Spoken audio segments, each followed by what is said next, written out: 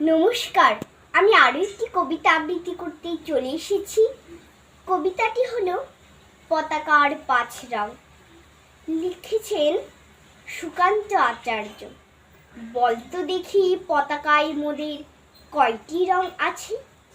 শিক্ষক এসে শুধালেন হেসে দ্বিতীয় শ্রেণীর কাছে। একসাথে মিলে সব ছেলে বলে চিৎকার করে জোরে, ৩টি বর্ণ রয়েছে রাঙানো জাতীয় পতাকা জোরে। শ্রেণীর পেছনে ব্যান্সের করে শিশু ছিল এক বসে। পতাকার মাঝে ৫ রং আছে, বলল সে মৃদু ভাষে।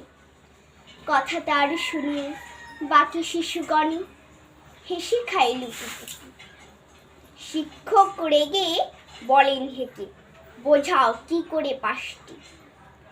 মাথা নিচু করে ভয়ার্ত স্বরে সরল শিশুটি বলে, উপরে গেরুয়া, মাঝখানে সাদা, সবুজ আছে তার তলে, আর আছে আঁকা গোলাকার চাকা, নীল রং আছে এটি। শিক্ষক বলে এটিকে ধরলে তবু হচ্ছে ৪টে। অবুঝ শিশুটি বলল তখন, রং আছে আর এক, লাল লাল ছোপ দাগ দেখা যায় ওই পতাকার মাঝে। বাবাকে যখন আনলো ওরা কফিনের ঢাকা খুলে, জোড়ানো রয়েছে দেহখানা তার পতাকা আর ফুলে।